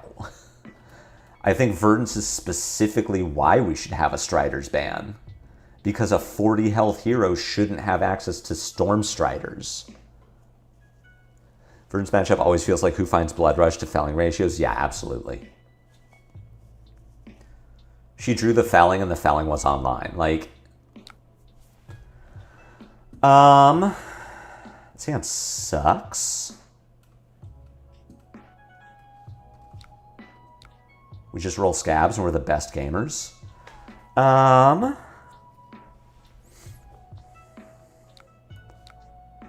Just send a Reckless Stampede. Let Huntsman figure it out, and then we're gonna, after they do blocking, we will Gauntlet Swing Big. Do I want this Wild Ride on top of my deck? Yes?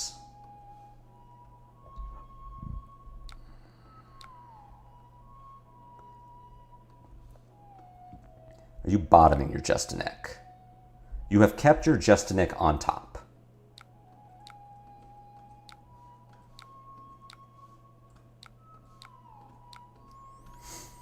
Strider's ban, Light Up ban, and reset Verdance LL points. Ooh, I like this. Okay, what card did you keep? You kept a Justinic on top of your deck. You blocked with 2 Prognoses.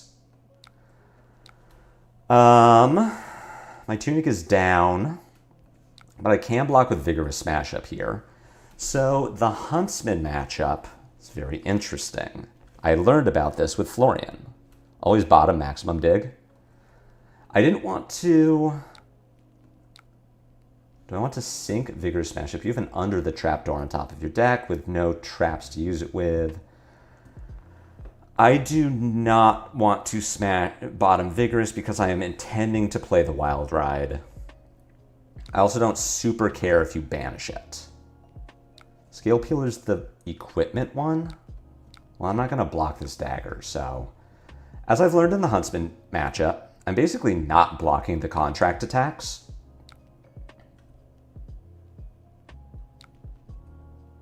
Alright, your arsenal is a Justinic? I'm basically never blocking the contract attacks because... Nice. I'm a gamer, I get to do the cool thing. Because I...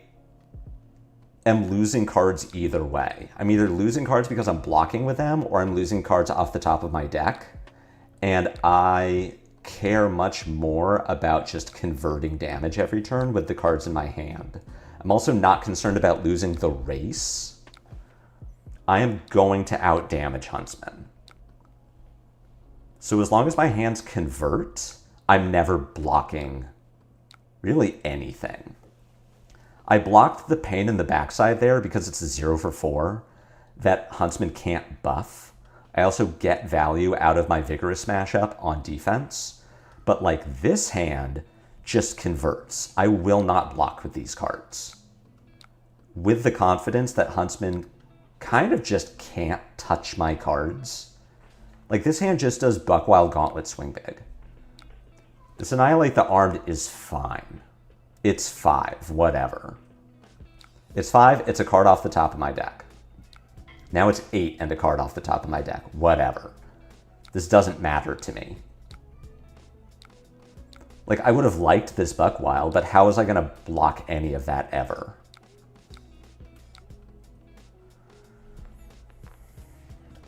Interesting that the Huntsman's playing Balance of Justice. We have a Reno Huntsman player who shows up at Sacramento RTNs when they're convenient. So I saw them 2 weeks ago, and then we'll be seeing them tomorrow. Big Huntsman player, plays... I mean, I was Florian at the time, so Balance wouldn't have been as good, but was using Mask of Perdition. And I wonder if that's supposed to be... I wonder if that's better.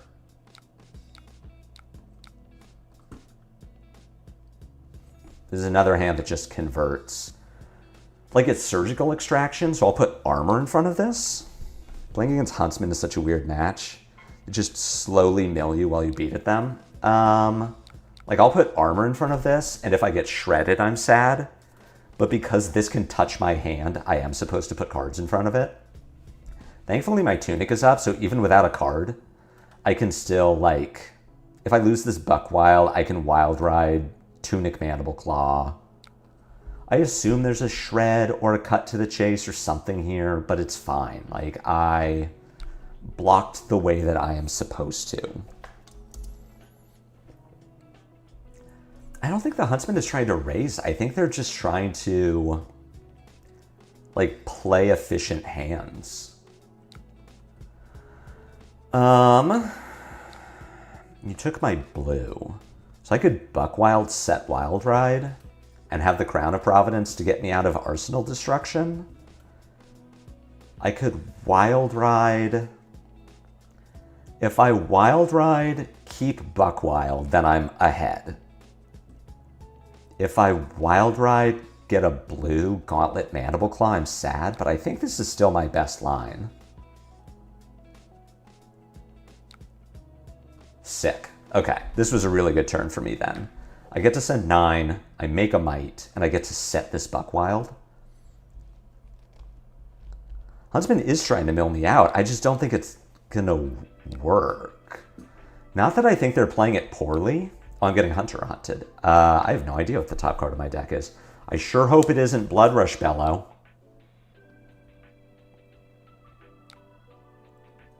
What would you like to do? What would you like to call, Huntsman?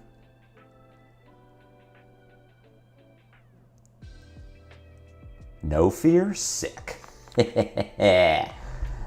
We put bad cards in our deck so that Huntsman takes them. I don't want to play against Huntsman no more. Rose, what does Huntsman get to do to you now that... I know it's cut to the chase, right? It's that they can screw with your cut to the chase. Oh, that they can use cut to the chase to screw with you. What else does Huntsman get to do to Gravy now that... oh, they can Hunter or Hunted your allies. That's right. That's the big difference. Because Hunted or Hunter is attacking hero. Yeah.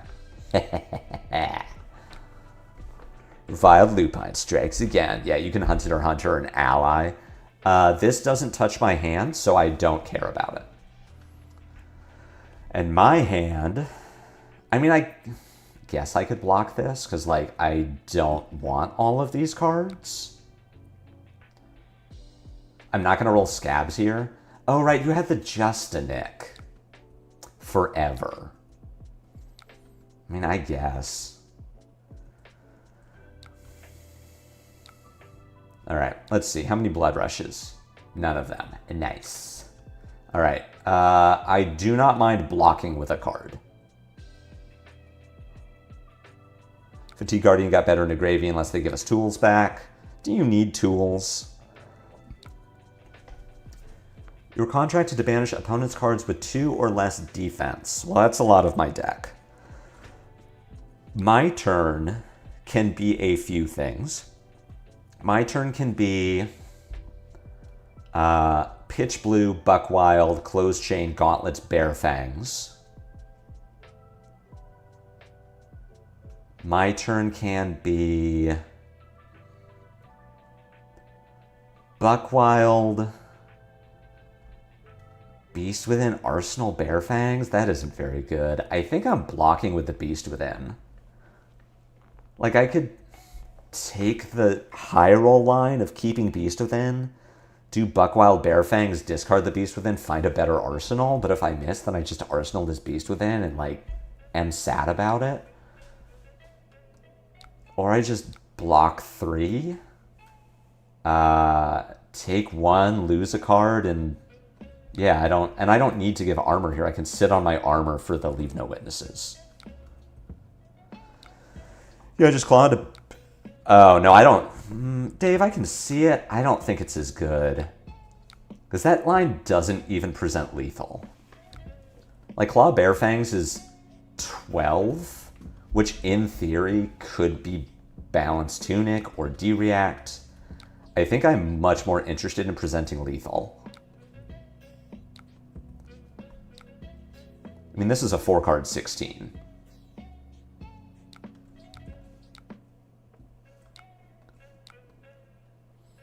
Beast Within.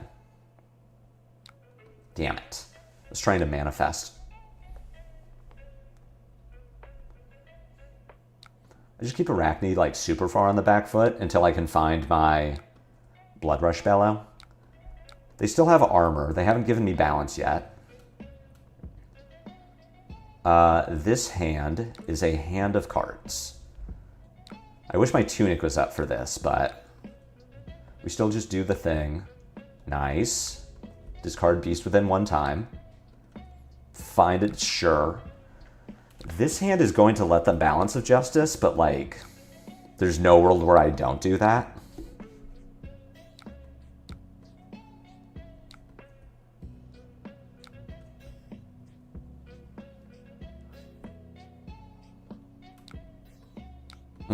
I see what you're saying. I'm being hunter or hunted. All right, please don't take any of my cards. I need them. Thankfully, I still have a functional turn regardless of what hunter or hunted takes, even if it takes something from my hand. I also got a Flick Knives out of them, which is pretty cool. I don't have to worry about, I don't know, random bullshit. Agile Windup, nice. I don't care about that card. When you swimming and go again, so your line paid off. I mean, it's hard the way that this deck is built for me to not be swimming and go again. If my opponent, ooh, they didn't block with a Balance of Justice, that's going to get them, potentially. Because if they had blocked with Balance here, or on the Wild Ride, then they would be able to break it now to have a block for Bare Fangs. But as it is, they do not. They could give me Balance and these 2 cards, but that they are now balancing for a random card off the top. Let's give them a, yeah, there you go. I'm like, don't break Balance yet. I was going to give them an Are You Sure? Do you really want to take 2 extra damage? Remember to let damage resolve before you break your Balance of Justice.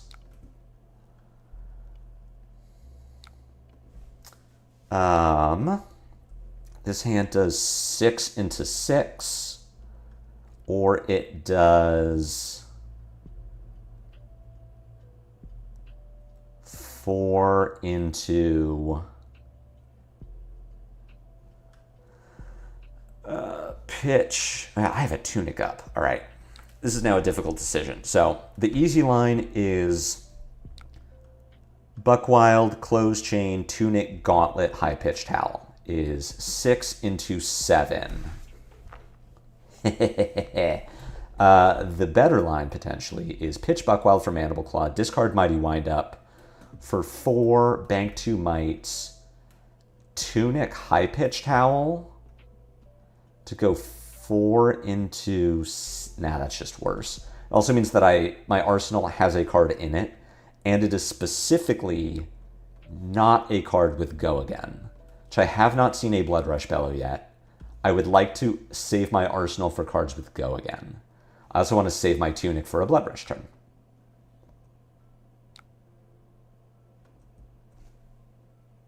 Immediately paid off. So I could Tunic Bare Fangs, which gets me 7 damage and a Might. I could Tunic Gauntlet High Pitched Howl, which gets me 7 damage and a Vigor. Or I could just High Pitched Howl, keep my Tunic for 6 and a Vigor. I think we are taking the Bare Fangs line. I would rather have the Might than the Vigor, I think. That might come back to haunt me. 6 into 6 or 4 into 7 is whether you want to have the +1 next turn or this turn. I think the 6 into 7 line was good. And I think the Might instead of the Vigor is good.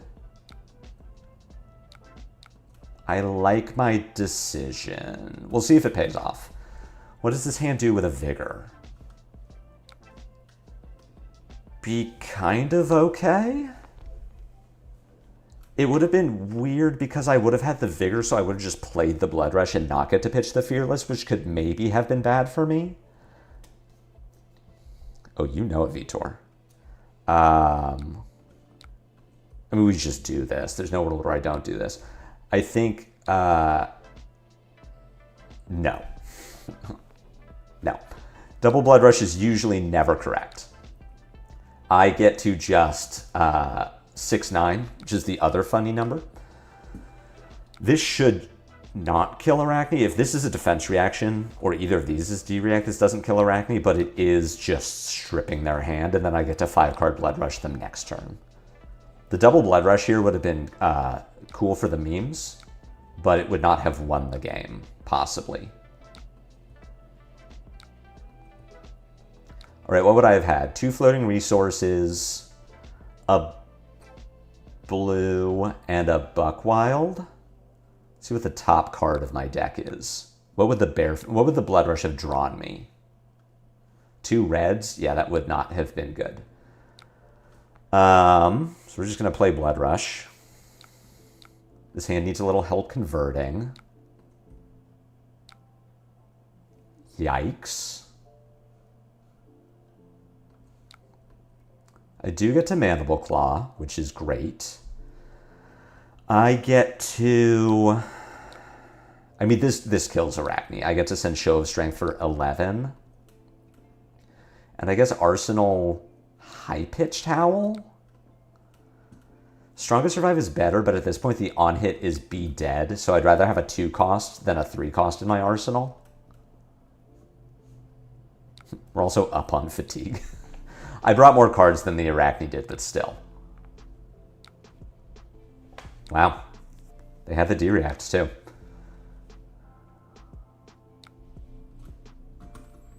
I mean, we drew pretty well that game. I'm not going to say that we drew poorly or didn't convert hands or whatever, but that makes me feel better about this matchup. Just knowing that, okay, maybe bring more cards, but work on converting hands. And just don't respect any of the contracts. Save armor for things that actually touch my cards. Like save Arsenal for Leave No Witnesses and Surgical Extraction.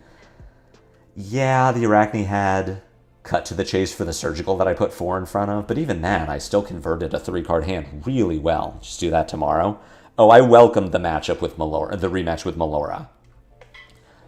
I know so much more than I did before. I've been training for this.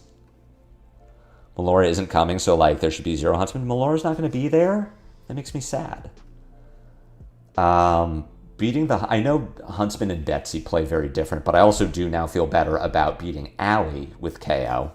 Having watched how the Fatiguities matchup goes, I feel like I know how to pilot that one too with Kayo. So overall, I feel good about the Reno crew. I feel good about Verdance. We have a bunch of Verdances that are going to be there tomorrow. We had at least 4 at the RTN this last weekend that I didn't go to. I feel good about that matchup. I think I piloted the last Verdance game really well. It just came down to not drawing Blood Rushes, which is statistically unlikely. The game was going well up until the Verdance got online, but I was outvaluing her up until then, and theoretically should have been able to find a Blood Rush to kill her. She would ban stuff. That is a bummer. All that training. You're right, Stephen. It's all gone to waste, but it's fine. We will persevere. I am going to log off. It's about that time, and I have some work to do before spoilers start. That's right, it's spoiler day. It's big spoiler day here in Flesh and Blood. If you didn't know, we are getting the full set of Compendium of Wraith Commons and Rares today. They are being posted at a time. We don't know when. Supposedly that's to build up hype. You know, the hype of not knowing when something is coming. But super exciting for Silver Age. Super exciting for Classic Constructed. I'm really looking forward to it. Keep your eyes out. My spoiler will come up tomorrow. My majestic spoiler. Certainly possible that someone else is posting before 6 a.m. Pacific Standard, but in the event that they aren't, I might be the very first majestic spoiler for Compendium of Wraith, which I would invite you all to check out this link. This is my spoiler video. It will go live tomorrow at 6 a.m. Pacific Standard. Please give it a like now, boost that visibility. I promise you're going to like it. You'll get to see more of my sweet baby boy, Cinnamon Bunsworth Cooper for those of you who have been asking for the Bun Wellness Check. It's a cool card, super metal art.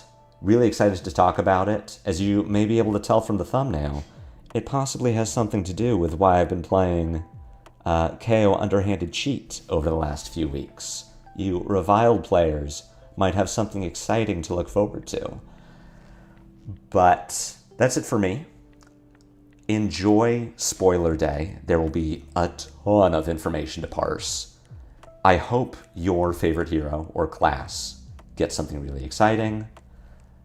Try not to overload on information. There's going to be a lot to parse through. We got plenty of time.